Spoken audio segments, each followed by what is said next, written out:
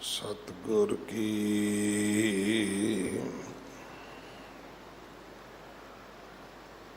जिसनों मत आवे सो सतगुर माहे समाना। एह बाणी जो जियो जाने तिस अंतर रवे हर नाम बाणी गुरु। गुरु है बाणी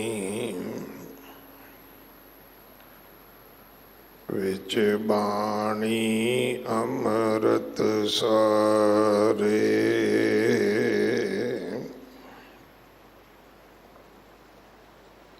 गुर बाणी कहे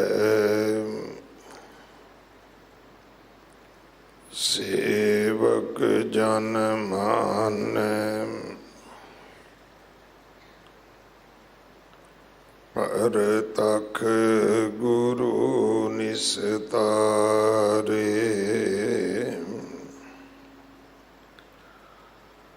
बाणी बिरलो विचार सी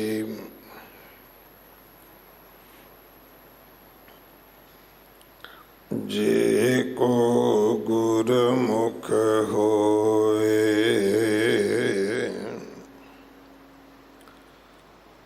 एह बाणी महापुरख की निज कर वासा होए।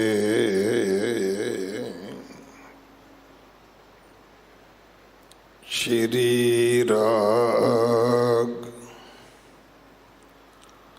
महला पहला कर चौथा तू दरियाओ दाना बीना मैं मछली कैसे अंत लहा। जह जह देखा तह तह तू है। तुझ ते निकसी फूट मरा ना जाना मेओ ना जाना जाली। जा दुख लागे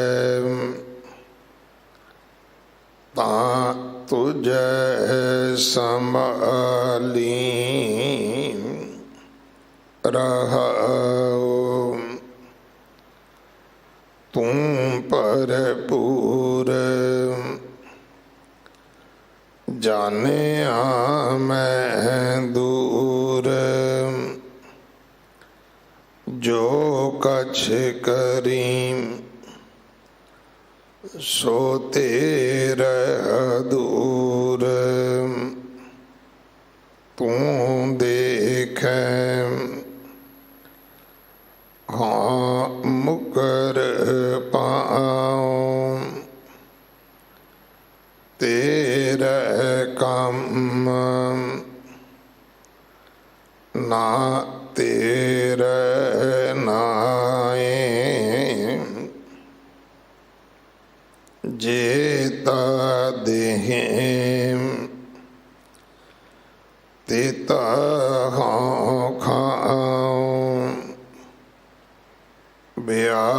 दर नाही कै दर जाऊं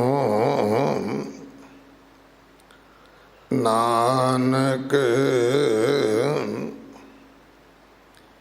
एक कहे अरदास जियो पिंड सब तेरे पास आपे नेड़े दूर आपे ही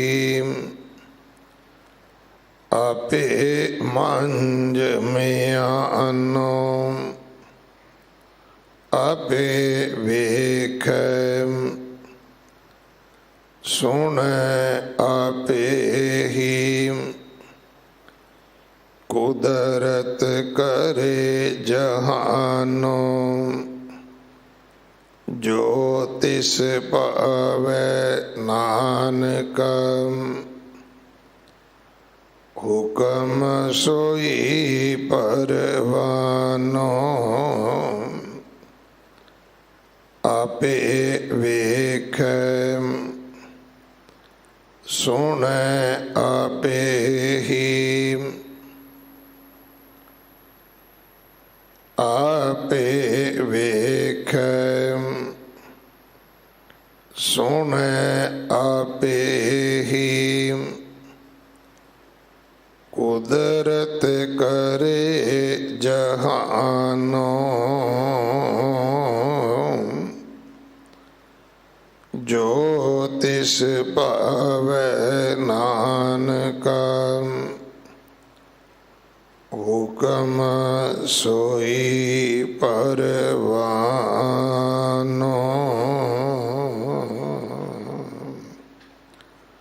वाहिगुरु जी का खालसा वाहिगुरु जी की फतेह। ये पावन शब्द जो श्री राग अंदर जगत गुरु गुरु नानक साहब महाराज जी दे पवित्र मुख तो उच्चारण होया। श्री गुरु ग्रंथ साहिब पातशाह महाराज जी दे 25 अंग ते सुशोभित है। इस पावन शब्द दी विचार भाई अंग्रेज सिंह जी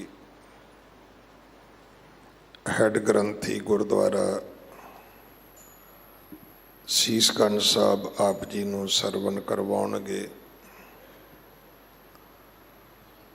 अमृत संचार हर ऐतवार 11 बजे हुंदा है। गुरु घर दी सेवा दे विच गुरु के लंगरां वास्ते रसद कड़ा प्रसाद दी देग वास्ते देसी घ्यो बाला साहब हॉस्पिटल वास्ते बैड तो लैके वेंटीलेटर तक कोई भी सेवा आप जी भेज सकते हो। इमारत दी सेवा जथेदार बाबा बचन सिंह जी करवा रहे हैं। अपने घरां दे विच बच्चियां दे नाल पंजाबी बोलो, बच्चियां नूं गुरमुखी पढ़ाओ ताकि साडे बच्चे गुरु ग्रंथ साहिब पातशाह महाराज जी दे चरनी लग सकन। अपने नावां दे नाल सिंह ते कौर शब्द लिखिया करो। जो जातां पातां गोत्र आपां लिखते हैं, इन्हां दी सिख धर्म दे विच कोई प्रवानगी कोई थां नहीं है। धर्म प्रचार कमेटी वालों धन लिखारी नानका दे इस पवित्र बाणी दे बचना ते आधारित ਜੋ ਦੂਜਾ ਸਮਾਗਮ ਹੈ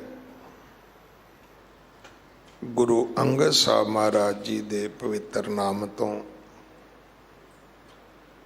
ਇਹ 6 ਤਰੀਕ 6 ਅਗਸਤ ਨੂੰ ਗੁਰਦੁਆਰਾ ਸ਼੍ਰੀ ਗੁਰੂ ਸਿੰਘ ਸਭਾ ਬੀ ਬਲਾਕ ਸਰੂਪ ਨਗਰ ਵਿਖੇ ਹੋਵੇਗਾ। ਸਮਾਂ ਹੈ ਸ਼ਾਮ ਨੂੰ 7 ਵਜੇ ਤੋਂ ਲੈ ਕੇ ਰਾਤ 10:30 ਵਜੇ ਤੱਕ। ਆਪ ਜੀ ਜ਼ਰੂਰ ਹਾਜ਼ਰੀਆਂ ਭਰੋ।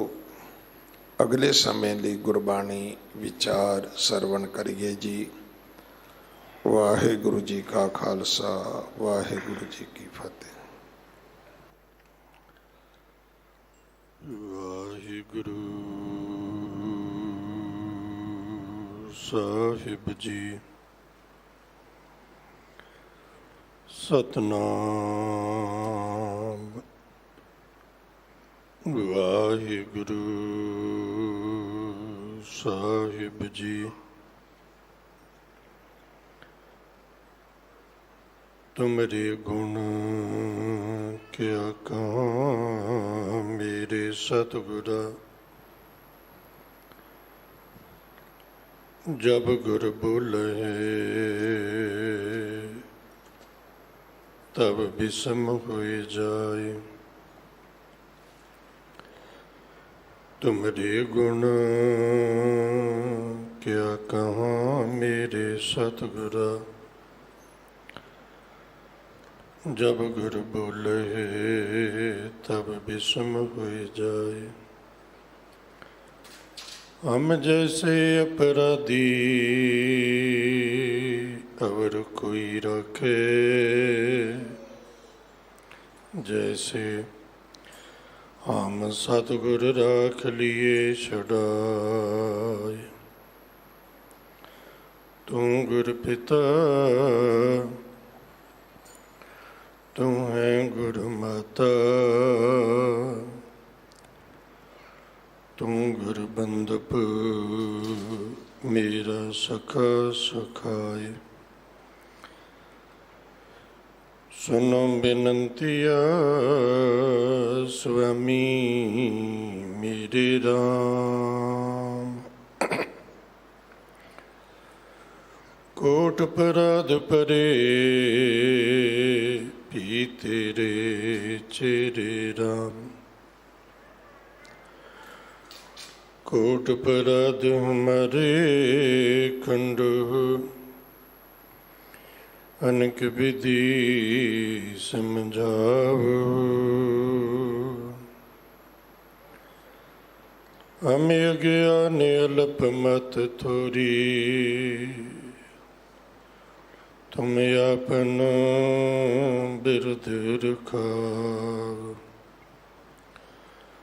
तुम्हारी शरण तुम्हारी आशा तुम ही सज्जन सहेले।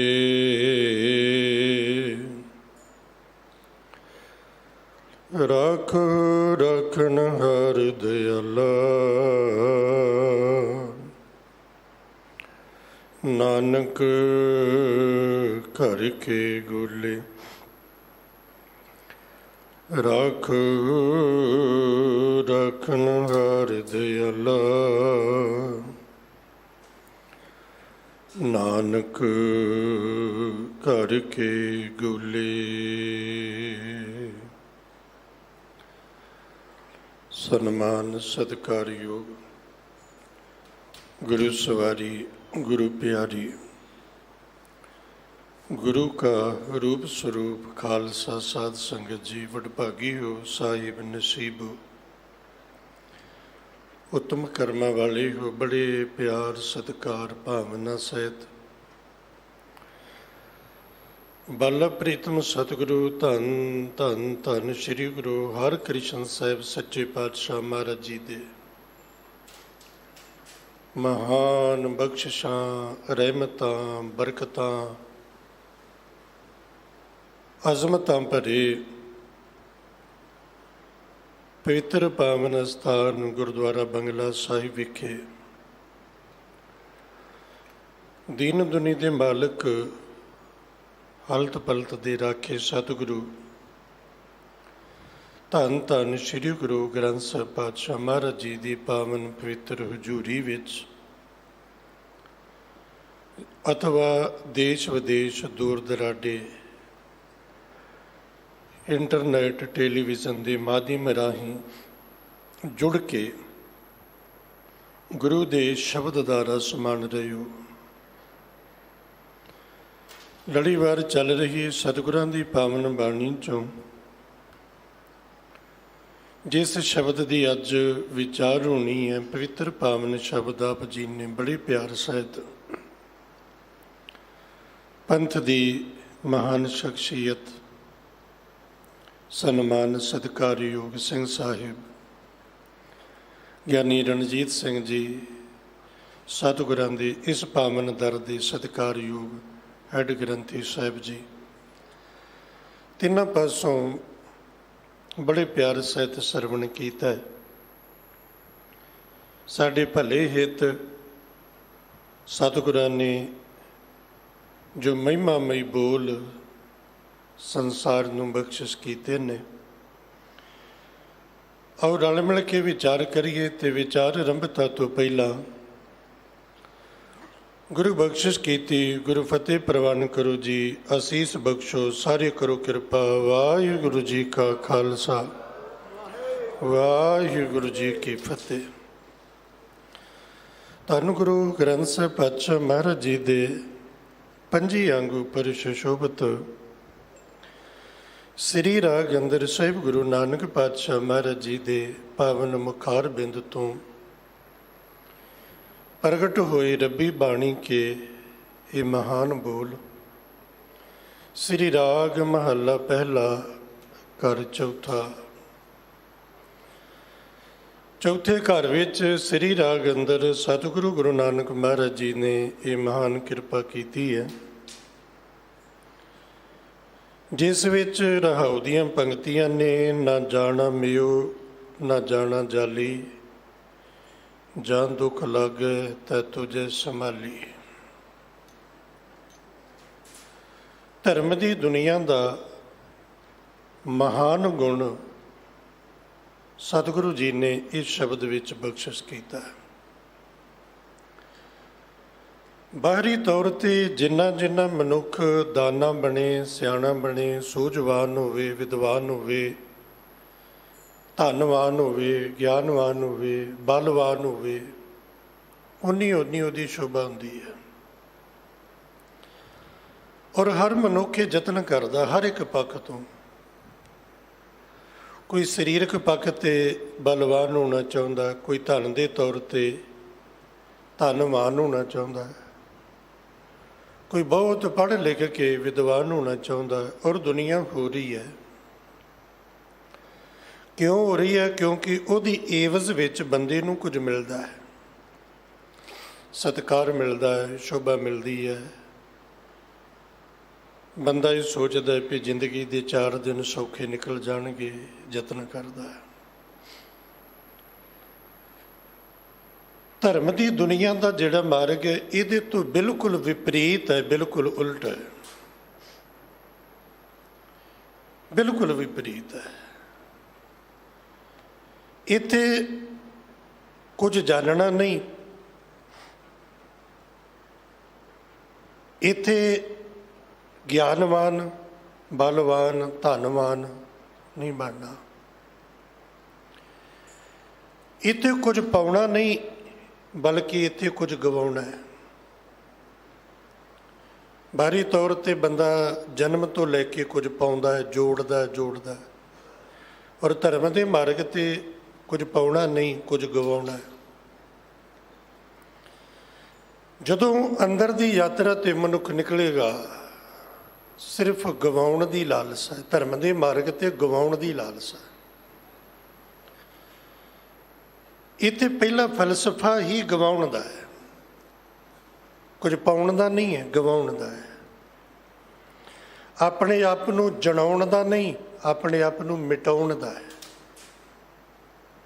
ਮੈਂ ਕੁਝ ਹਾਂ ਨਹੀਂ, ਇਹ ਨਹੀਂ। मैं कुछ भी नहीं हाँ। ये इसे वास्ते दुनिया दे विच ਉਹ ਗੁਰੂ ਕੇ ਮਹਾਨ ਸਿੱਖ ਅਮਰ ਹੋ ਗਏ ਜਿਨ੍ਹਾਂ ਨੇ ਇਸ ਖਿਆਲ ਨੂੰ ਧਾਰਨ ਕੀਤਾ ਤੇ ਗਵਾਉਣ ਵਾਸਤੇ ਤੁਰੇ। ਸਾਰਾ ਕੁਝ ਗਵਾਇਆ। ਕੀ ਗਵਾਇਆ? ਆਪਣੀ ਸੋਚ ਗਵਾਤੀ, ਆਪਣੀ ਅਕਲ ਗਵਾਤੀ, ਆਪਣੀ ਮਤ ਗਵਾਤੀ, ਆਪਣੀਆਂ ਇੱਛਾਵਾਂ ਗਵਾ ਦਿੱਤੀਆਂ, ਮਿਟਾ ਦਿੱਤਾ। ਔਰ ਜਦੋਂ ਜਦੋਂ ਸਰੀਰ ਨੂੰ ਗੁਰੂ ਨਿਮਿਤ ਦੇਣ ਦੀ, ਸ਼ਹੀਦ ਕਰਨ ਦੀ, ਮਰ ਮਿਟਣ ਦੀ ਗੱਲ ਆਈ, ਉਹਨਾਂ ਨੇ ਸਰੀਰ ਨੂੰ ਵੀ ਮਿਟਾਤਾ, ਸਰੀਰ ਨੂੰ ਵੀ ਨਹੀਂ ਬਚਾਇਆ। ਇਹਨੂੰ ਵੀ ਜਾਣਦੇ। ਇਸੇ ਲਈ ਸਤਿਗੁਰੂ ਜੀ ਨੇ ਇੱਥੇ ਕਿਰਪਾ ਕੀਤੀ ਵੀ ਜੇ ਰੱਬ ਨੂੰ ਪਾਉਣਾ ਹੈ ਤੇ ਰੱਬ ਨੂੰ ਪਾਉਣ ਦਾ ਦੂਸਰਾ ਪੱਖ ਹੈ ਆਪ ਨੂੰ ਗਵਾਉਣਾ। ਮੈਂ ਨੂੰ ਗਵਾਉਣਾ, ਆਪ ਗਵਾਈ ਹੈ ਤਾਂ ਸਹੁ ਪਾਈ ਹੈ ਅਵਰ ਕੈਸੀ ਚਤਰਾਈ। ਇੱਥੇ ਗਵਾਉਣਾ। ਔਰ ਜਿੱਦਣ ਆਪਣੇ ਆਪ ਨੂੰ ਮਿਟਾਉਂਦਾ ਮਿਟਾਉਂਦਾ, ਮੈਂ ਮੇਰੀ ਨੂੰ ਮਿਟਾਉਂਦਾ ਮਿਟਾਉਂਦਾ ਇਸ ਮੁਕਾਮ ਤੱਕ ਪਹੁੰਚ ਜਾਏ ਵੀ ਅੰਦਰ ਕੁਝ ਵੀ ਨਾ ਬਚੇ, ਤੇ ਫਿਰ ਜਦੋਂ ਅੰਦਰ ਕੁਝ ਵੀ ਨਾ ਬਚੇਗਾ ਉਸ ਤੋਂ ਬਾਅਦ ਫਿਰ ਜੋ ਕੁਝ ਅੰਦਰ ਘਟਿਤ ਹੋਏਗਾ, ਵਾਪਰੇਗਾ, ਉਹ ਪਰਮਾਤਮਾ ਹੋਏਗਾ। ਉਹ ਪਰਮਾਤਮਾ ਹੋਏਗਾ। ਸੇਖ ਸ਼ਾਦੀ ਜੀ ਇਸੇ ਲਈ ਕਹਿੰਦੇ ਨੇ ਵੀ ਪਰਮਾਤਮਾ ਦੇ ਘਰ ਦੀ ਸਮਝ ਕਦੋਂ ਆਈ? ਅਕਲ ਨਾਲ, ਸਿਆਣਪ ਨਾਲ, ਪੜ੍ਹ ਲਿਖ ਕੇ ਨਾ। ਸਿਆਣਪ ਨਾਲ, ਅਕਲ ਨਾਲ ਰੱਬ ਦੇ ਘਰ ਦੀ ਸਮਝ ਨਹੀਂ ਆਉਂਦੀ। ਫਿਰ ਕਿਸ ਤਰ੍ਹਾਂ ਆਈ? ਸਰਹਦ ਅਕਲ ਸੇ ਗੁਜਰੇ ਤਬ ਪਹੁੰਚੇ।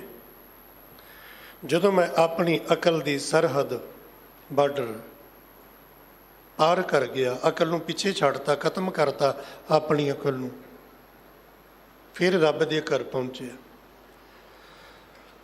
ਔਰ ਇਹ ਮਾਰਗ ਐਸਾ ਹੈ ਜਿੱਥੇ ਸਾਡੀ ਅਕਲ ਚੱਲਦੀ ਵੀ ਨਹੀਂ, ਸਾਡੀ ਅਕਲ ਦਾ ਇੱਥੇ ਕੋਈ ਕੰਮ ਹੀ ਨਹੀਂ। ਸਾਡੀ ਸਿਆਣਪ ਦਾ, ਸਾਡੀ ਵਿਦਵਤਾ ਦਾ, ਸਾਡੀਆਂ ਚਤੁਰਾਈਆਂ ਦਾ, ਸਾਡੀਆਂ ਹੁਸ਼ਿਆਰੀਆਂ ਦਾ ਇਸ ਮਾਰਗ 'ਤੇ ਰੱਤੀ ਭਰ ਕੋਈ ਮੁੱਲ ਨਹੀਂ, ਕੋਈ ਕੰਮ ਨਹੀਂ ਆਉਂਦੀ।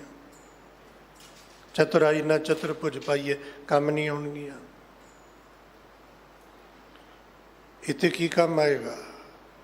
ਕੁਝ ਪਾਉਣਾ ਨਹੀਂ, ਕੁਝ ਗਵਾਉਣਾ, ਆਪਣੇ ਆਪ ਨੂੰ ਮਿਟਾਉਣਾ। ਹੁਣ ਜਦੋਂ ਅਸੀਂ ਸਾਰੀ ਜ਼ਿੰਦਗੀ ਮੈਂ ਕਰਦੇ, ਮੈਂ ਇੱਦਾਂ, ਮੇਰਾ ਪਰਿਵਾਰ ਇੱਦਾਂ, ਮੇਰਾ ਘਰ ਇੱਦਾਂ, ਮੇਰੀ ਪਦਵੀ ਆ, ਮੇਰਾ ਅਹੁਦਾ ਆ, ਮੇਰੀ ਜਾਣ ਪਛਾਣ ਇੰਨੀ, ਮੇਰੇ ਕੋਲ ਸਰਮਾਇਆ ਇੰਨਾ, ਮੇਰੀ ਜਾਇਦਾਦ ਇੰਨੀ, ਜਦੋਂ ਸਾਰੀ ਜ਼ਿੰਦਗੀ ਇਸ ਆਦਤ ਵਿੱਚ ਆਪਾਂ ਗੁਜ਼ਾਰਦੇ ਹਾਂ, ਇਸੇ ਕਰਕੇ ਇਸ ਮਾਰਗ 'ਤੇ ਤੁਰਨਾ ਔਖਾ ਹੋ ਜਾਂਦਾ, ਕਿਉਂਕਿ ਮੈਂ ਕੁਝ ਵੀ ਨਹੀਂ ਹਾਂ, ਮੈਨੂੰ ਕੋਈ ਸਮਝ ਹੀ ਨਹੀਂ। ਔਰ ਇੱਕ ਖਿਮਾ ਕਰਨਾ, ਹੱਥ ਜੋੜ ਕੇ ਬੇਨਤੀ, ਇਹਦੇ ਵੀ ਦੋ ਪੱਖ ਨੇ। ਇੱਕ ਧਰਮ ਦੇ ਮਾਰਗ 'ਤੇ ਤੁਰ ਤੁਰ ਕੇ ਜਿਹਨੇ ਆਪਣਾ ਆਪ ਗਵਾ ਲਿਆ, ਉਹ ਆਖਦਾ ਹੈ ਵੀ ਮੈਂ ਕੁਝ ਵੀ ਨਹੀਂ। ਇੱਕ ਸੁਣੀ ਸੁਣਾਈ ਗੱਲ ਕਰਦਾ ਹੈ, ਅੰਦਰੋਂ ਜਣਾਉਂਦਾ ਕਿ ਮੈਂ ਹਾਂ। ਉਹ ਸੁਣੀ ਸੁਣਾਈ ਗੱਲ ਕਰਕੇ ਉਹ ਆਪਣਾ ਆਪ ਜਣਾਉਣ ਵਾਸਤੇ ਹੀ ਕਹਿੰਦਾ ਕਿ ਮੈਂ ਕੁਝ ਨਹੀਂ ਹਾਂ।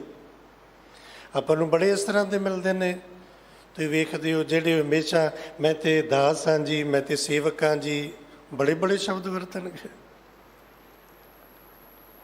ਪਰ ਉਹਨਾਂ ਦਾ ਉਹ ਸ਼ਬਦ ਵਰਤਣ ਦਾ ਭਾਵ ਵੀ ਆਪਣੇ ਆਪ ਨੂੰ ਜਣਾਉਣਾ ਹੁੰਦਾ ਹੈ। ਉਹ ਨਹੀਂ, ਉਹਨਾਂ ਦਾ ਕੋਈ ਮਾਇਨਾ ਨਹੀਂ ਜਿਨ੍ਹਾਂ ਨੇ ਸੱਚੀ ਮੈਂ ਨੂੰ ਮਿਟਾਇਆ, ਮੇਰੀ ਨੂੰ ਮਿਟਾਇਆ।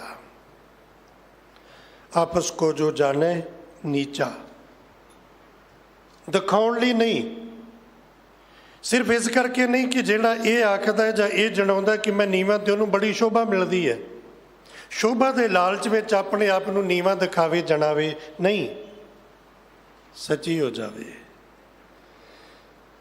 ਗੁਰਮੁਖ ਰੱਬ ਦਾ ਪਿਆਰਾ, ਰੱਬ ਦਾ ਭਗਤ ਦਿਖਣ ਵਿੱਚ ਤੇ ਹੋਣ ਵਿੱਚ ਬਹੁਤ ਫਰਕ ਹੈ, ਬਹੁਤ ਫਰਕ ਹੈ। ਦਿਖਾਵੇ ਲਈ ਜੇ ਦਿਖਣਾ, ਉਹਦੇ ਲਈ ਤੇ 10 ਮਿੰਟ 'ਚ ਬੰਦਾ ਜਿਹੋ ਜਿਹਾ ਮਰਜ਼ੀ ਭੇਖ ਤਿਆਰ ਕਰ ਲੇ, ਤੇ ਜਿਹੋ ਜਿਹਾ ਹੋਣਾ ਹੈ ਤੇ ਸਾਰੀ ਜ਼ਿੰਦਗੀ ਨਿਕਲ ਜਾਏ। ਫਰੀਦਾ ਤਨ ਸੁੱਕਾ ਪਿੰਜਰ ਥੀਆ, ਤਲੀਆਂ ਖੁੰਡੇ ਕਾਗ, ਅਜੇ ਸੋ ਰੱਬ ਨ ਬਹੁੜਿਓ, ਦੇਖ ਬੰਦੇ ਕੇ ਭਾਗ, ਉਮਰ ਨਿਕਲ ਜਾਏ। ਮੈਂ ਮੇਰੀ ਨੂੰ ਮਿਟਾਉਣ ਲਈ ਰਹਾਉ ਦੀਆਂ ਪੰਕਤੀਆਂ 'ਚ ਕਿਰਪਾ ਕੀਤੀ ਮੇਰੇ ਸਤਿਗੁਰੂ ਜੀ। ਨਾ ਜਾਣਾ ਮੇਓ ਨਾ ਜਾਣਾ ਜਾਲੀ, ਮੈਨੂੰ ਕੋਈ ਵੀ ਸਮਝ ਨਹੀਂ। ਸਮੁੰਦਰ ਦੀ ਮਛਲੀ ਵਰਗਾ ਮੈਂ ਹਾਂ, ਨਾ ਮੈਂ ਕਿਸੇ ਮਲਾਹ ਨੂੰ ਜਾਣਾ, ਨਾ ਮੈਂ ਕਿਸੇ ਮਾਛੀ ਨੂੰ ਸ਼ਿਕਾਰੀ ਨੂੰ ਜਾਣਾ ਜਿਹੜਾ ਮੈਨੂੰ ਆ ਕੇ ਪਕੜ ਲਏ। ਇਹਨਾਂ ਪਤਾ ਹੈ ਜਾਂ ਦੁੱਖ ਲੱਗੇ ਤਾਂ ਤੁਝੇ ਸੰਭਾਲੀ। ਜਦੋਂ ਫਿਰ ਜਿਵੇਂ ਜਿਵੇਂ ਦੁੱਖ ਪੈਂਦਾ ਫਿਰ ਮੈਨੂੰ ਤੂੰ ਯਾਦ ਆਉਣਾ। ਜਿਵੇਂ ਜਿਵੇਂ ਦੁੱਖ ਆਉਂਦਾ ਹੈ ਤਿਵੇਂ ਤਿਵੇਂ ਤੂੰ ਯਾਦ ਆਉਣਾ। ਔਰ ਇਹਦਾ ਦੂਸਰਾ ਪੱਖ ਇਹ ਵੀ ਤੂੰ ਯਾਦ ਆਉਂਦਾ ਹੀ ਉਦੋਂ ਹੈ ਜਦੋਂ ਦੁੱਖ ਆਵੇ। ਸੁੱਖ 'ਚ ਤੇ ਕਿਤੇ ਚੇਤੇ ਨਹੀਂ ਹੁੰਦਾ ਵਾਹਿਗੁਰੂ।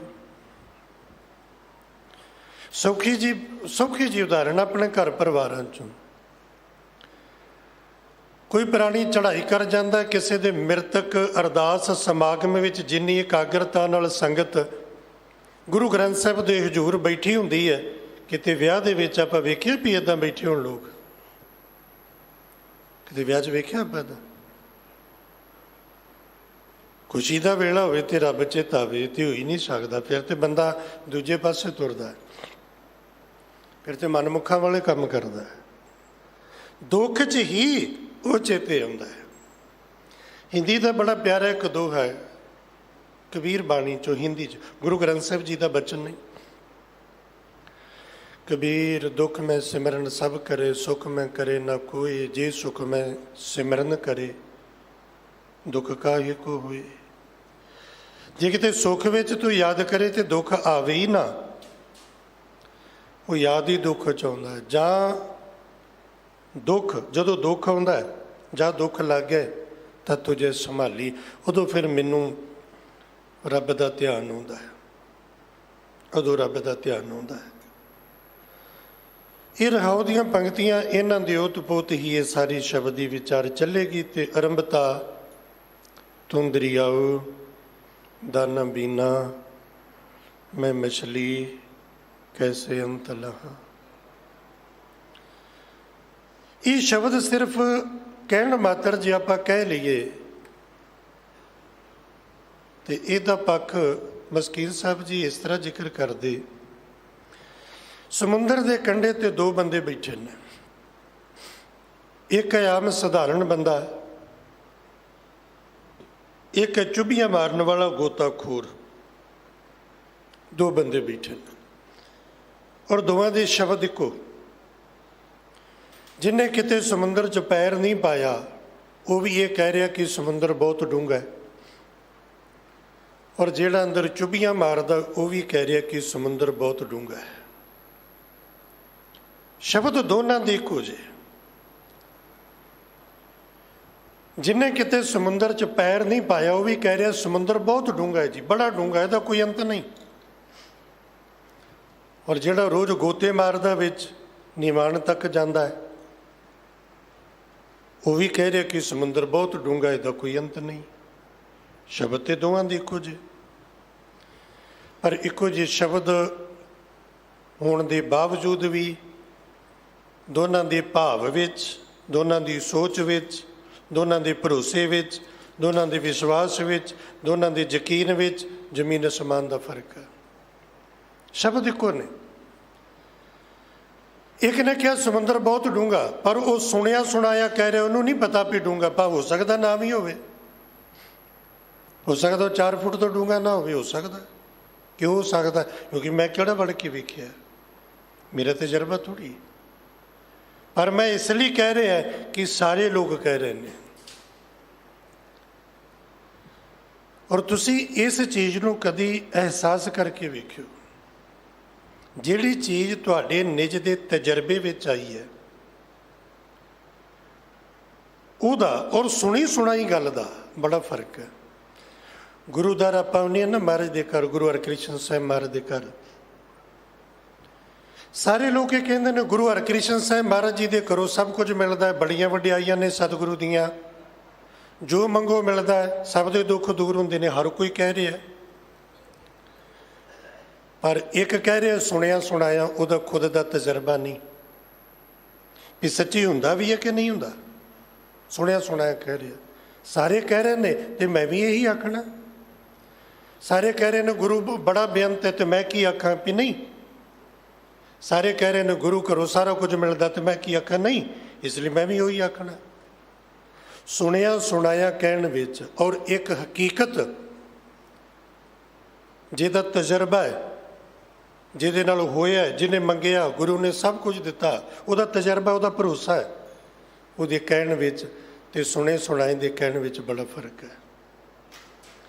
ਜਿਹੜਾ ਸੁਣਿਆ ਸੁਣਾਇਆ ਕਹਿ ਰਿਹਾ ਉਹ ਕਹਿ ਰਿਹਾ ਹੈ, ਪਰ ਜਿਹਦਾ ਇਹ ਨਿੱਜੀ ਤਜਰਬਾ ਹੈ, ਉਹਦੇ ਕਹਿਣ ਵਿੱਚ ਉਹਦਾ ਆਪਣਾ ਵਿਸ਼ਵਾਸ ਹੈ, ਕਿਉਂਕਿ ਉਹ ਜਾਣਦਾ ਇਸ ਤਰ੍ਹਾਂ ਹੁੰਦਾ ਹੈ, ਉਹਦਾ ਆਪਣਾ ਵਿਸ਼ਵਾਸ ਹੈ। ਜਿਹਨੇ ਸਮੁੰਦਰ 'ਚ ਕਿਤੇ ਉਤਰ ਕੇ ਨਹੀਂ ਵੇਖਿਆ, ਉਹ ਆਂਦਾ ਸਮੁੰਦਰ ਬੜਾ ਬੇਅੰਤ, ਉਹਦੇ ਕਹਿਣ ਦਾ ਕੋਈ ਅਰਥ ਨਹੀਂ। ਸੁਣਿਆ ਸੁਣਾਇਆ ਕਹਿ ਰਿਹਾ, ਉਹਦਾ ਆਪਣਾ ਵਿਸ਼ਵਾਸ ਨਹੀਂ। ਕੱਲ ਨੂੰ ਕੋਈ ਇਹ ਆਖੇਗਾ ਵੀ ਸਮੁੰਦਰ ਤੇ ਬਹੁਤ ਛੋਟਾ ਜਿਹਾ, ਇਹ ਛੋਟਾ ਕਹਿਣ ਲੱਗ ਪਏਗਾ, ਕਿਉਂਕਿ ਸੁਣਿਆ ਸੁਣਾਇਆ ਕਹਿ ਰਿਹਾ। ਪਰ ਜਿਹਨੇ ਅੰਦਰ ਉਤਰ ਕੇ ਦੇਖਿਆ, ਨਿਮਾਣ ਵਿੱਚ ਜਾ ਕੇ ਵੇਖਿਆ, ਉਹ ਕਹਿ ਰਿਹਾ ਸਮੁੰਦਰ ਬਹੁਤ ਡੂੰਘਾ। ਉਹਦੇ ਕਹਿਣ ਵਿੱਚ ਆਪਣਾ ਵਿਸ਼ਵਾਸ ਹੈ, ਕਿਉਂਕਿ ਉਹਨੇ ਵੇਖਿਆ ਕਿ ਡੂੰਘਾ ਹੈ। ਇਸੇ ਤਰ੍ਹਾਂ ਮਾਲਕ ਦੇ ਨਾਮ ਨੂੰ ਲੈਣਾ, ਉਹਦੀ ਵਡਿਆਈ, ਉਹਦਾ ਜਸ, ਉਹਦੀ ਸਿਫਤ ਸਲਾਹ, ਇੱਕ ਸੁਣੀ ਸੁਣਾਈ, ਇੱਕ ਆਪ ਉਹਦੇ 'ਚ ਗਹਿਰਾਈ 'ਚ ਉਤਰ ਕੇ ਵੇਖਣਾ। ਤੇ ਇੱਥੇ ਸੁਣਿਆ ਸੁਣਾਇਆ ਕੁਝ ਵੀ ਕੰਮ ਨਹੀਂ ਆਉਂਦਾ। ਇੱਥੇ ਉਹ ਹੈ ਜੋ ਤੁਸੀਂ ਆਪ ਵੇਖਿਆ, ਜੋ ਤੁਹਾਡਾ ਨਿਜ ਦਾ ਅਨੁਭਵ ਹੈ, ਉਹ ਸੱਚ ਹੈ। ਕੋਈ ਕੀ ਕਹਿ ਰਿਹਾ ਇਹ ਸੱਚ ਨਹੀਂ। ਤੁਹਾਡਾ ਆਪਣਾ ਅਨੁਭਵ ਕੀ ਹੈ, ਤੁਹਾਡੇ ਕੰਮ ਉਹਨੇ ਆਉਣਾ। ਤੂੰ ਦਰਿਆਓ, ਮੇਰੇ ਲਈ ਸਤਿਗੁਰੂ ਤੂੰ ਦਰਿਆ ਹੈ, ਦਾਨਾ ਬੀਨਾ, ਬੜਾ ਦਾਨਾ, ਬੜਾ ਸਿਆਣਾ, ਤੇ ਤੇਰੀ ਵਿਸ਼ਾਲਤਾ ਦਰਿਆ ਵਰਗੀ, ਤੇ ਮੈਂ ਭਲਾ ਕੌਣ ਆ? ਮੈਂ ਮਛਲੀ, ਮੈਂ ਆ ਮੱਛੀ ਵਰਗਾ।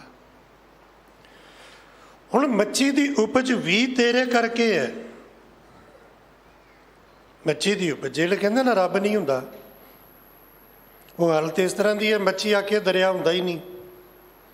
ਪਰ ਕੌਣ ਦੱਸੇ ਵੀ ਦਰਿਆ ਹੈ ਤਾਂ ਮੱਛੀ ਹੈ। ਦਰਿਆ ਨਾ ਹੁੰਦਾ, ਸਮੁੰਦਰ ਨਾ ਹੁੰਦਾ ਤੇ ਮੱਛੀ ਨਾ ਹੁੰਦੀ। ਮੱਛੀ ਦਾ ਵਜੂਦ ਵੀ ਦਰਿਆ ਕਰਕੇ ਹੈ। ਮੈਂ ਮਛਲੀ ਕੈਸੇ ਅੰਤ ਲਹਾਂ, ਤੇ ਮੈਂ ਤੇਰਾ ਅੰਤ ਪਾ ਨਹੀਂ ਸਕਦੀ। ਹਾਂ, ਤੇਰੀ ਵਿਸ਼ਾਲਤਾ ਦਾ ਸੁੱਖ ਆਨੰਦ ਮਾਣ ਸਕਦੀ ਹਾਂ, ਮਹਿਸੂਸ ਕਰ ਸਕਦੀ ਹਾਂ।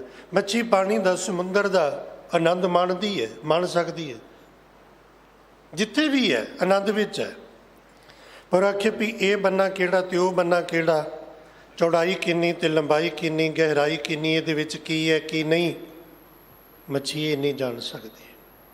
ਮੈਂ ਮਛਲੀ ਕੈਸੇ ਅੰਤ ਲਹਾਂ। ਇਸੇ ਲਈ ਮਾਲਕ ਨੂੰ ਬੇਅੰਤ ਕਿਹਾ ਗਿਆ ਵੀ ਉਹਦਾ ਕਿਸੇ ਨੇ ਅੰਤ ਪਾਇਆ ਨਹੀਂ, ਤੇ ਜਿੰਨਾ ਪਾਉਣ ਦੀ ਕੋਸ਼ਿਸ਼ ਕੀਤੀ, ਅਨੰਤ ਕੋ ਚਾਹਣ ਜੋ ਗਏ ਸੇ ਆਏ ਅੰਤ ਗਵਾਏ। ਉਹ ਆਪਣਾ ਅੰਤ ਗਵਾ ਬੈਠੇ।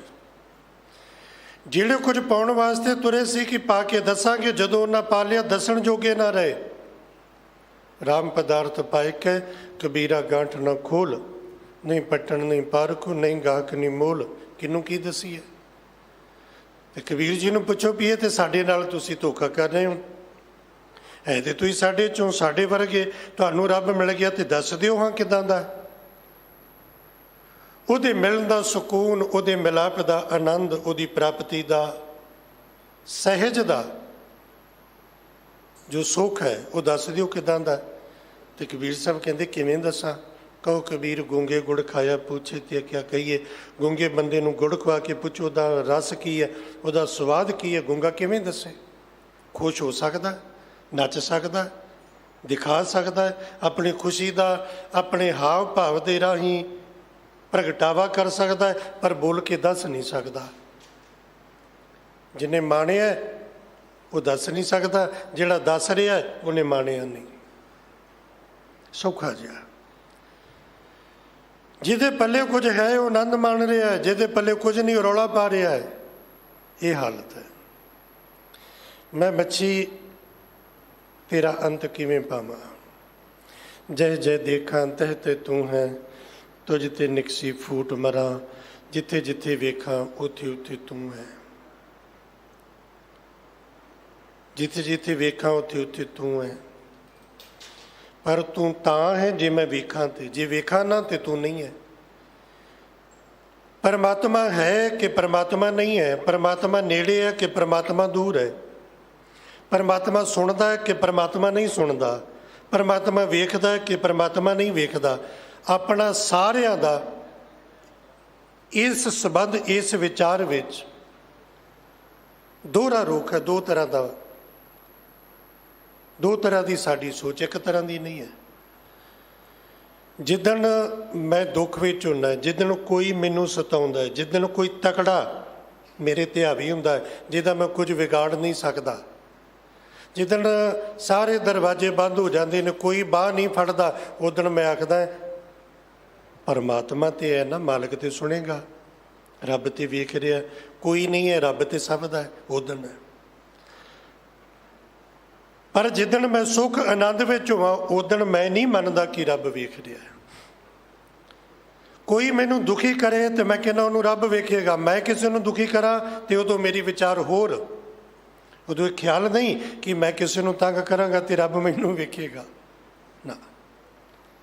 ਕੋਈ ਮੇਰੇ ਨਾਲ ਧੱਕਾ ਕਰੇ ਤੇ ਰੱਬ ਵੇਖ ਰਿਹਾ, ਮੈਂ ਕਿਸੇ ਨਾਲ ਧੱਕਾ ਕਰਾਂ ਤੇ ਰੱਬ ਵੇਖ ਨਹੀਂ ਰਿਹਾ। ਮੈਂ ਦੁੱਖ ਵਿੱਚ ਆ ਤੇ ਰੱਬ ਨੇੜੇ ਹੈ, ਮੈਂ ਸੁੱਖ ਵਿੱਚ ਆ ਤੇ ਰੱਬ ਨੇੜੇ ਨਹੀਂ।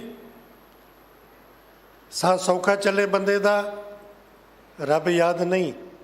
ਹੁਣ ਚਲੋ ਰੱਬ ਨਾ ਕਰੇ ਜ਼ਿੰਦਗੀ 'ਚ ਕਿਤੇ ਉਹ ਦੁਬਾਰਾ ਉਹੋ ਜਿਹਾ ਸਮਾਂ ਮਾੜਾ ਹੋਵੇ। ਕਰੋਨਾ ਦਾ ਸਮਾਂ ਸੀ ਤੇ ਤੁਸੀਂ ਵੇਖਿਆ ਜਿੰਨਾ ਪੂਜਾ ਪਾਠ ਦੁਨੀਆ 'ਚ ਕਰੋਨਾ ਵੇਲੇ ਹੋਇਆ ਸ਼ਾਇਦ ਕਿਤੇ ਹੋਇਆ ਹੋਵੇ।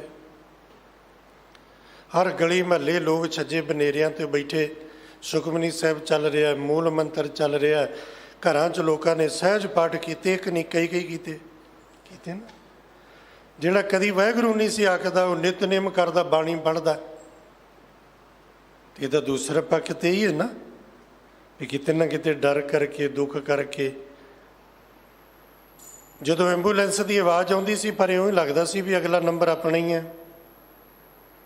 ਮਹਿਸੂਸ ਕੀਤਾ ਨਾ ਦੁੱਖ ਵਿੱਚ ਇਹ ਅਨੁਭਵ ਵੀ ਵਾਹਿਗੁਰੂ ਨੇੜੇ, ਜਦੋਂ ਸੁੱਖ ਹੋਵੇ ਉਦੋਂ ਵਾਹਿਗੁਰੂ ਨੇੜੇ ਨਹੀਂ। ਇਹ ਸਾਡੀ ਹਮੇਸ਼ਾ ਦੋ ਤਰ੍ਹਾਂ ਦੀ ਸੋਚ ਚੱਲਦੀ ਹੈ।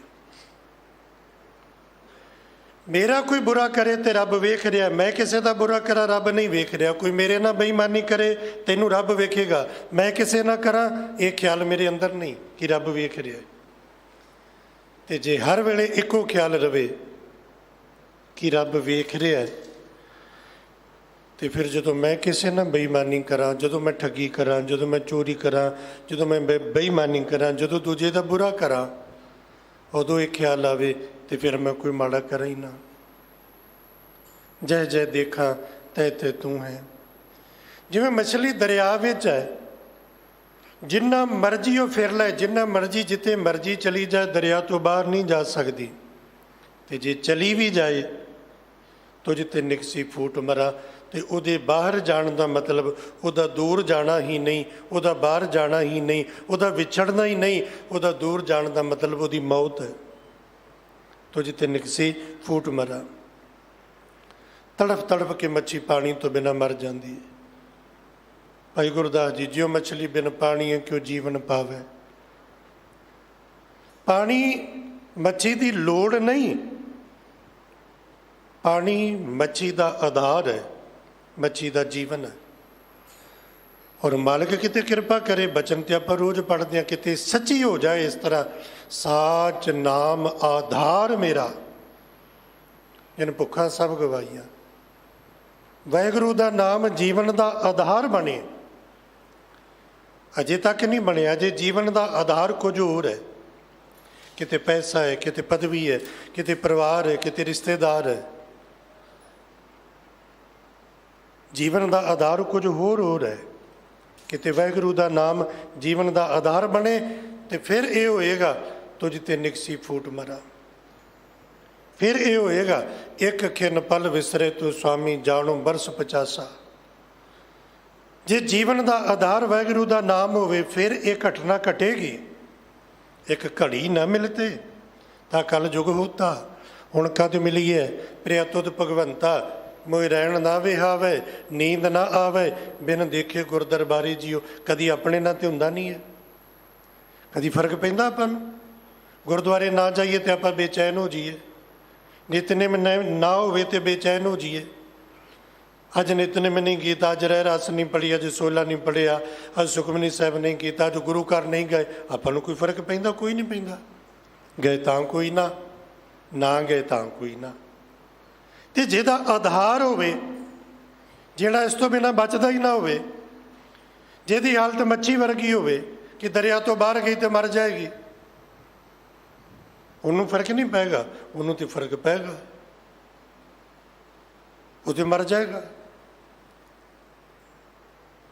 ਉਹਦੀ ਤੇ ਬੁਰੀ ਹਾਲਤ ਹੋ ਜਾਏਗੀ। ਫਰੀਦਾ ਅੱਜ ਨਾ ਸੁਤੀ ਕੰਤ ਸਿਓ, ਅੰਗ ਮੁੜੇ ਮੁੜ ਜਾਏ, ਜਾਏ ਪੁੱਛੋ ਦੁਹਾਗਣੀ ਤੁਮ ਕਿਉਂ ਰਹਿਣ ਵਿਹਾਏ। ਫਰੀਦ ਸਾਹਿਬ ਕਹਿੰਦੇ ਕਿਤੇ ਇੱਕ ਨਮਾਜ਼ ਖੁੰਝ ਜਾਏ ਨਾ ਤੇ ਮਨ ਬੇਬਲ ਹੋ ਜਾਂਦਾ। ਕਿਤੇ ਉਹਨਾਂ ਨੂੰ ਜਾ ਕੇ ਪੁੱਛਾ ਜਿਨ੍ਹਾਂ ਜ਼ਿੰਦਗੀ 'ਚ ਕਿਤੇ ਖੁਦਾ ਦਾ ਨਾਂ ਨਹੀਂ ਲਿਆ, ਜਿਨ੍ਹਾਂ ਜ਼ਿੰਦਗੀ 'ਚ ਵਾਹਿਗੁਰੂ ਨਹੀਂ ਆਖਿਆ, ਉਹਨਾਂ ਦੀ ਹਾਲਤ ਪੁੱਛਾ। ਨਾ ਜਾਣਾ ਮਿਓ ਨਾ ਜਾਣਾ ਜਾਲੀ, ਨਹੀਂ ਜਾਣਦੀ ਜਾਲ ਕੀ ਹੈ, ਸ਼ਿਕਾਰੀ ਕੌਣ ਹੈ, ਕੌਣ ਮੇਰਾ ਦੁਸ਼ਮਣ ਹੈ, ਕੌਣ ਮੈਨੂੰ ਤੰਗ ਕਰ ਰਿਹਾ, ਕੌਣ ਆ ਰਿਹਾ, ਮੈਨੂੰ ਨਹੀਂ ਪਤਾ।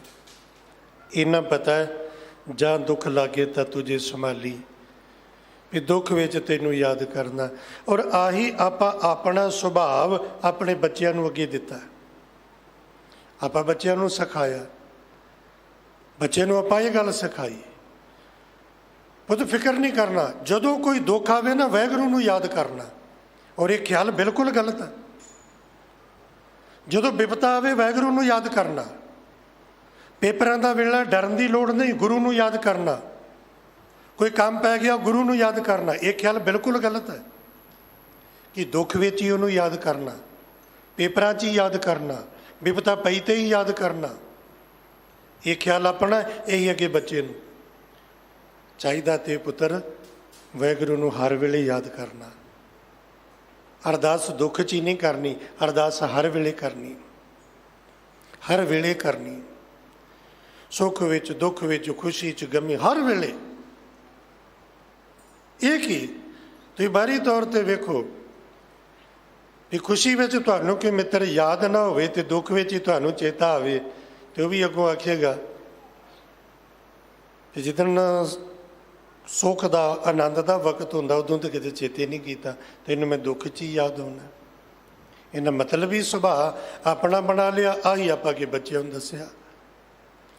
ਬਿਪਤਾ 'ਚ ਅਰਦਾਸ ਕਰਨੀ, ਦੁੱਖ 'ਚ ਅਰਦਾਸ ਕਰਨੀ, ਹਰ ਵੇਲੇ ਅਰਦਾਸ ਕਰਨੀ।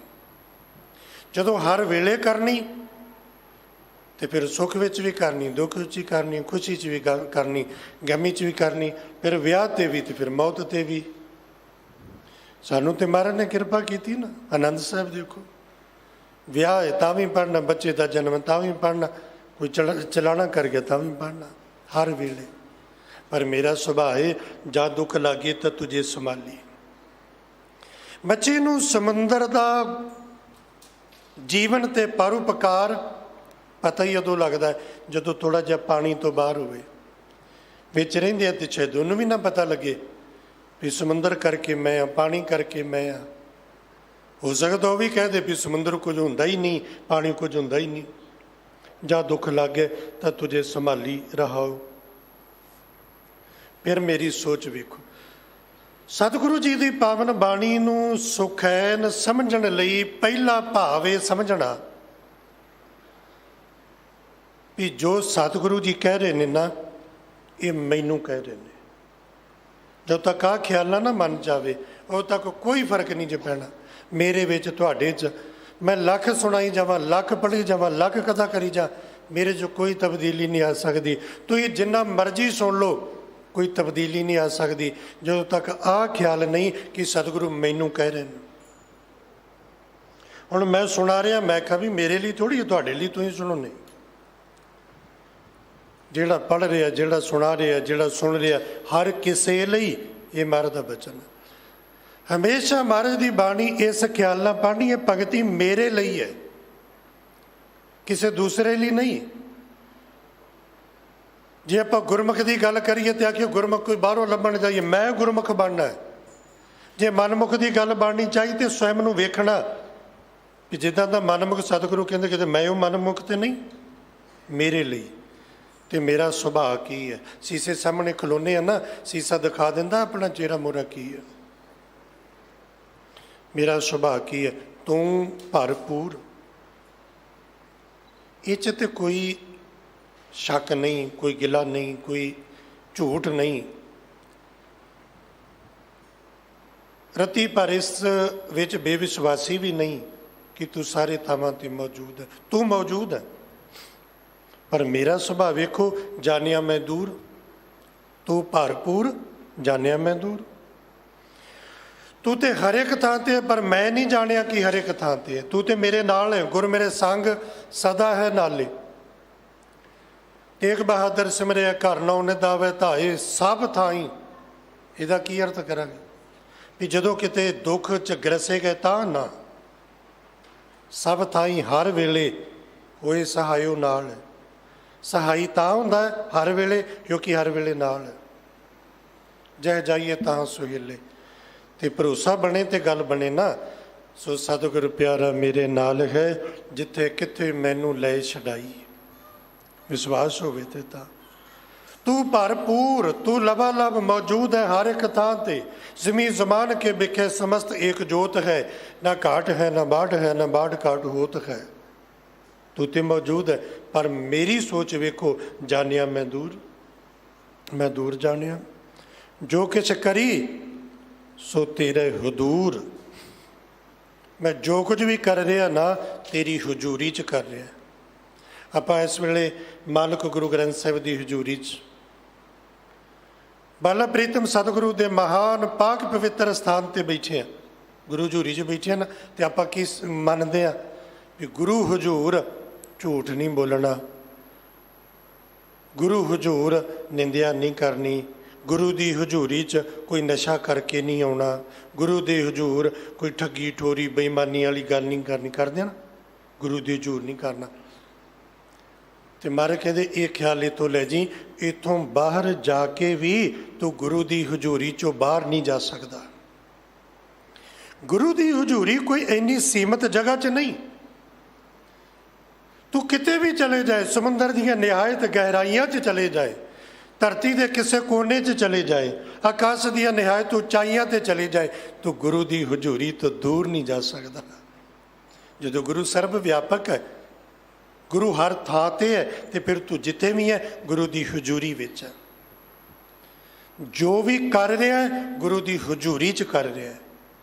ਮਤਾ ਸਮਝਣਾ ਮੈਨੂੰ ਕੋਈ ਨਹੀਂ ਵੇਖ ਰਿਹਾ, ਤੂੰ ਝੂਠ ਬੋਲ ਰਿਹਾ ਗੁਰੂ ਦੀ ਹਜ਼ੂਰੀ 'ਚ, ਕਿਤੇ ਵੀ ਹੈ, ਚਾਹੇ ਤੂੰ ਪਾਪ ਕਰ ਰਿਹਾ, ਨਸ਼ਾ ਕਰ ਰਿਹਾ, ਬੇਈਮਾਨੀ ਕਰ ਰਿਹਾ, ਠੱਗੀ ਠੋਰੀ ਕਰ ਰਿਹਾ, ਦੂਸਰੇ ਦਾ ਹੱਕ ਮਾਰ ਰਿਹਾ ਹੈ, ਜੋ ਵੀ ਪਾਪ ਕਰ ਰਿਹਾ, ਚੰਗਾ ਕਰ ਰਿਹਾ ਤਾਂ, ਜਾਂ ਤੂੰ ਕੋਈ ਮਾੜਾ ਕਰ ਰਿਹਾ ਤਾਂ ਗੁਰੂ ਦੀ ਹਜ਼ੂਰੀ ਤੋਂ ਬਾਹਰ ਤੂੰ ਹੋ ਹੀ ਨਹੀਂ ਸਕਦਾ, ਹੋ ਹੀ ਨਹੀਂ ਸਕਦਾ।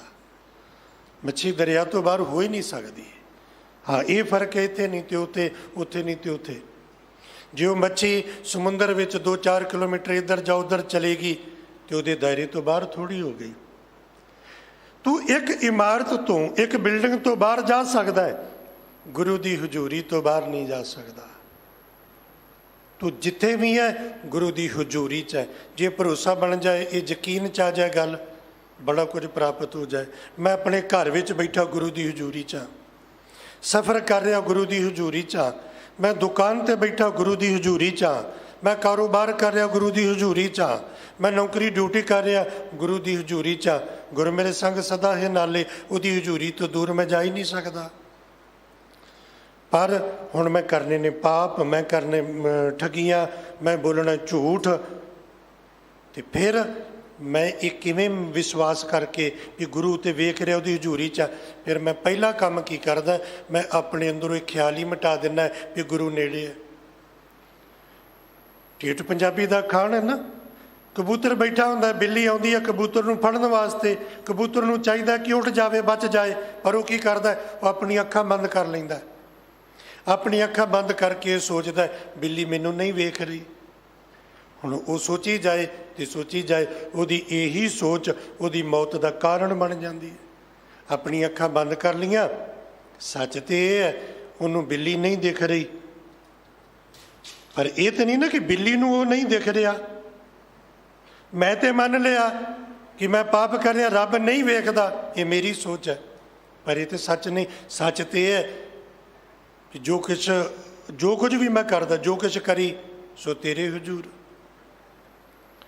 ਤੇ ਹੁਣ ਮੈਂ ਕਰਨੇ ਨੇ ਪਾਪ, ਮੈਂ ਕਰਨੇ ਨੇ ਨਸ਼ੇ, ਮੈਂ ਕਰਨੀਆਂ ਬੇਈਮਾਨੀਆਂ, ਮੈਂ ਠੱਗੀਆਂ ਠੋਰੀਆਂ ਕਰਨੀਆਂ, ਤੇ ਉਹਦੀ ਹਜ਼ੂਰੀ 'ਚ ਕਿਵੇਂ ਕਰਾਂ? ਕਿਉਂਕਿ ਧਰਮੀ ਵੀ ਤੇ ਬਣਨਾ ਹੈ ਨਾ, ਕਿ ਗੁਰੂ ਦੀ ਹਜ਼ੂਰੀ 'ਚ ਕੰਮ ਨਹੀਂ ਕਰਨਾ। ਤੇ ਮੈਂ ਪਹਿਲਾ ਖਿਆਲ ਇਹ ਵੀ ਮੈਂ ਮੰਨਦਾ ਹੀ ਨਹੀਂ ਕਿ ਮੈਂ ਉਹਦੀ ਹਜ਼ੂਰੀ 'ਚ ਹਾਂ। ਮੈਂ ਇਹ ਮੰਨਦਾ ਉਹ ਬੜੀ ਦੂਰ ਹੈ। ਤੂੰ ਭਰਪੂਰ ਜਾਣਿਆ ਮੈਂ ਦੂਰ, ਮੈਂ ਜਾਣ ਲਿਆ ਦੂਰ ਹੈ, ਪਰ ਇਹ ਸੱਚ ਨਹੀਂ। ਸੱਚ ਇਹ ਹੈ ਜੋ ਕਿਛ ਕਰੀ ਸੋ ਤੇਰਾ ਹਦੂਰ। ਹਰ ਬੰਦਾ ਇਹ ਸੋਚ ਲੈ, ਕੌਣ ਕਰੇਗਾ ਕਿਸੇ ਨਾਲ ਧੱਕਾ, ਕੌਣ ਕਰੇਗਾ ਬੇਈਮਾਨੀ, ਕੌਣ ਕਰੇਗਾ ਕਿਸੇ ਦਾ ਬੁਰਾ। ਜੇ ਇਹ ਖਿਆਲ ਹੋਵੇ ਕਿ ਰੱਬ ਮੇਰੇ ਨਾਲ ਹੈ ਤੇ ਤੂੰ ਵੇਖੈ ਹਮ ਮੁਕਰ ਪਾਉ। ਇਹ ਮੇਰਾ ਸੁਭਾਅ, ਵੇਖੋ ਇਹ ਮੇਰਾ ਸੁਭਾਅ।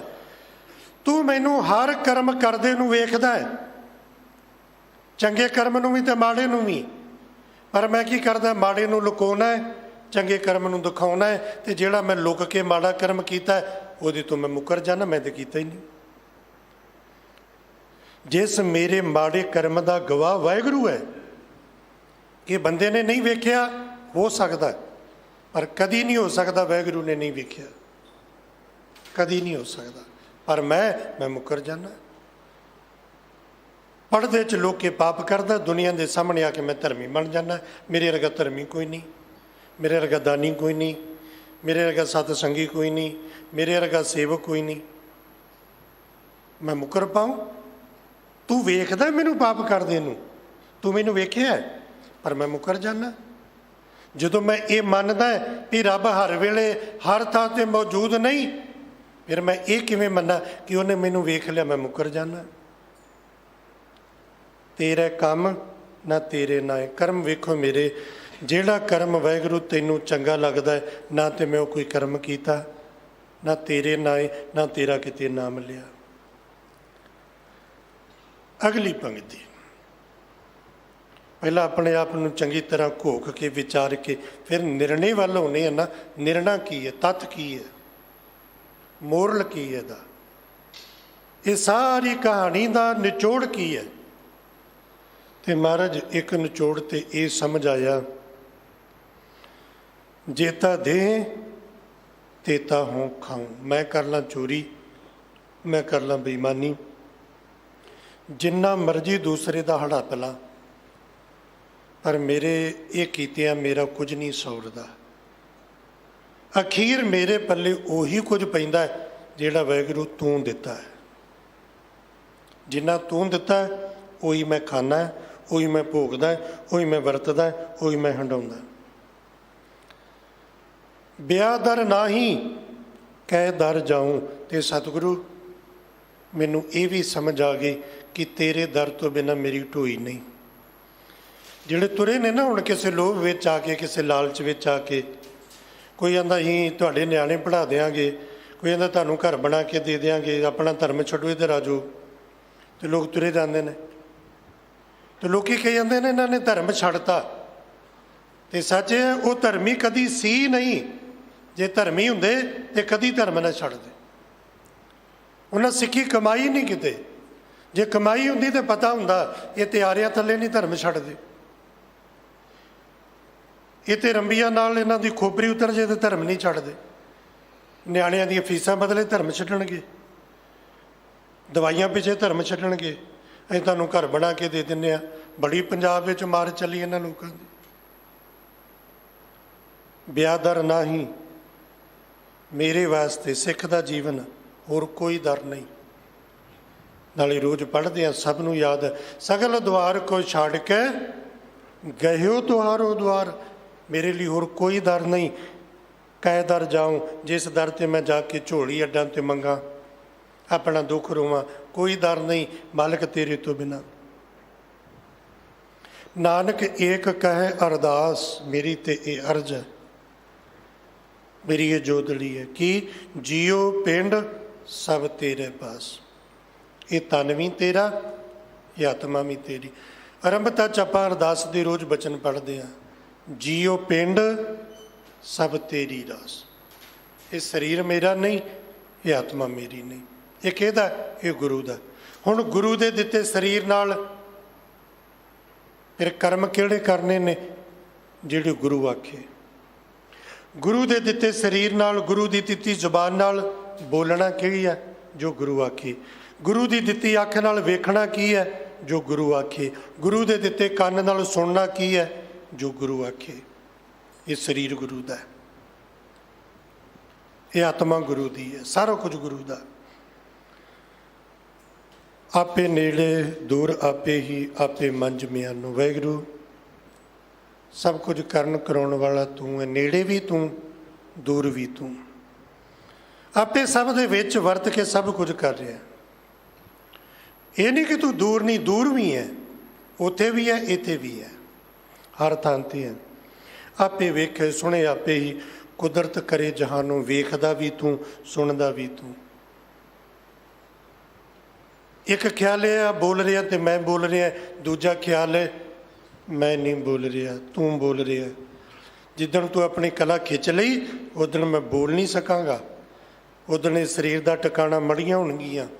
तू बोल रहा है, तू सब विच वरत के सुन रहा है। कुदरत करे जहानों, कुदरत विच वरत के ये जहान की रचना ते इनू चलाउणा, ये महान कार्य करने। जो तिस भावे नानका, हुक्म सोई परवानो। अखीर गुरु का सिख इत्थे आ जांदा, मेरे सतगुरु जो तैनू चंगा लगदा ना पाउंदा उही होना। मेरियां सियाणपां, मेरियां चतराइयां, मेरा बलवान होना, मेरा धनवान होना, मेरा ज्ञानवान होना धर्म के मार्ग ते किसे काम नहीं आउंदा। इत्थे मैं मेरी नू गवाउणा ही वाहिगुरू की प्राप्ति है। जदों मैं मेरी नू गवा ले, सतगुरु जो तू करदा उही होना, उही हुंदा। आपा भाव मिटा देवे, गुरु नू समर्पित हो जाए, फिर ये लोग सुखीए पर लोग सुहेले। नानक हर प्रभ आपे मेले। भुलां दी खिमा जी। वाहिगुरू जी का खालसा, वाहिगुरू जी की फतेह।